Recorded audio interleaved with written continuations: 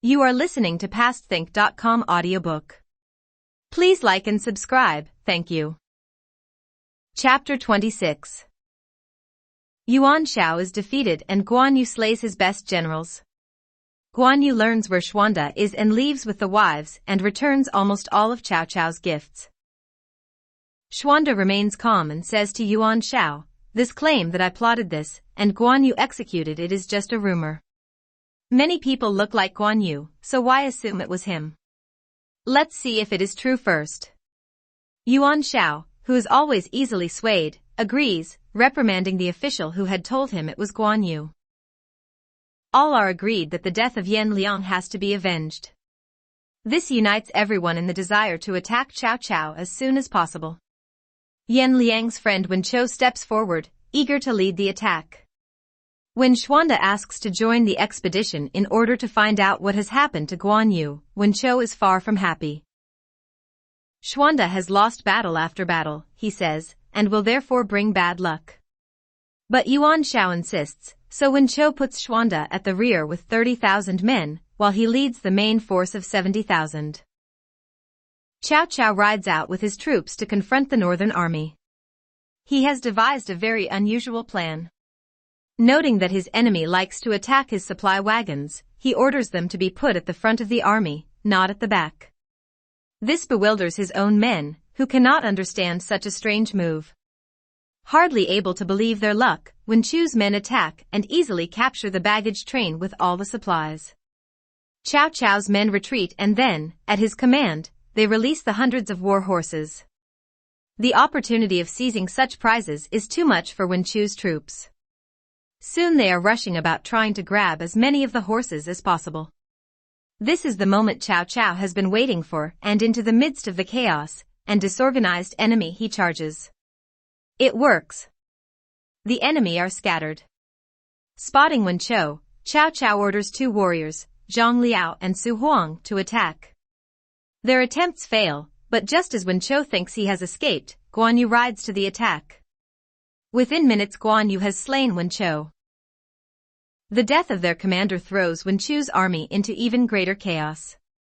Cao Cao seizes the moment and attacks in full force, destroying the enemy, and regaining the baggage, and all the horses whose release caused the initial breakdown of discipline in the enemy forces. On the edge of the battle Xuanda is told that a red-faced, long-bearded warrior has killed Wen Chou. Riding forward, he sees the banner of Guan Yu. Thanking heaven and earth for the survival of his brother, he tries to reach him, but is swept back by Cao Cao's army. In the aftermath of the battle, Yuan Shao is once again, and very understandably furious that Guan Yu has slain his commander-in-chief. Yuan Shao again seizes Xuanda in order to execute him. But Xuanda points out that this is exactly why Cao Cao used Guan Yu to kill the commanders. He is trying to sow discord between Xuanda and Yuan Shao. Once again Yuan Shao changes his mind and invites Xuanda to dine with him as an honored guest. Meanwhile, during the celebrations of this victory, Cao Cao is informed of a new Yellow Headband army ravaging Runan. Guan Yu offers to lead the attack on the rebels, and is given permission and troops to do so. The very day Guan Yu arrives ready for battle, two spies are captured and brought to Guan Yu's tent. To his surprise and delight he sees that one of them is Xuanda's advisor Sun Qian. Dismissing his men, Guan Yu asks, "What are you doing here?" To which Sun Qian replies, "It's by pure chance that I'm here. I was given refuge by Lu Pai. But what has happened to you? Why are you on Cao Cao's side? Where are Xuanda's wives?" Swiftly Guan Yu brings him up to date, reassuring him that the ladies are all right. "Xuanda is with Yuan Shao, I've been told," says Sun Qian. "It's my intention to join him, but that hasn't been possible until now." The two leaders of the Yellow Headbands, Lu Pai and Gong Du, actually want to join Yuan Shao to fight against Cao Cao. "I've come to tell you that tomorrow they'll pretend to be defeated, and will turn away, drawing you after them.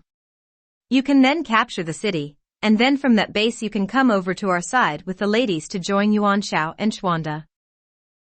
So the plot is set in motion. Pretending to be defeated, the Yellow Headband leaders and their men flee, and Guan Yu captures Runan. In triumph, Guan Yu returns to Cao Cao in the capital.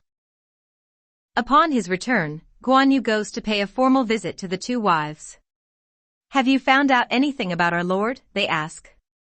"No news yet," he replies. But the wives find out that Xuanda is with Yuan Shao and challenge him.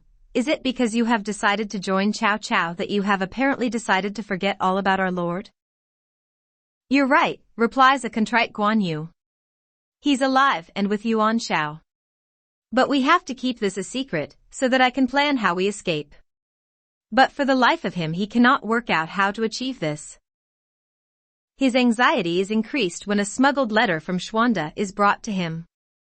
In the letter Xuanda asks why he has apparently abandoned the vow the three of them made in the peach orchard. Weeping, Guan Yu decides to simply go to Cao Cao and remind him that he has agreed that Guan Yu could go to Xuanda when he knew where he was.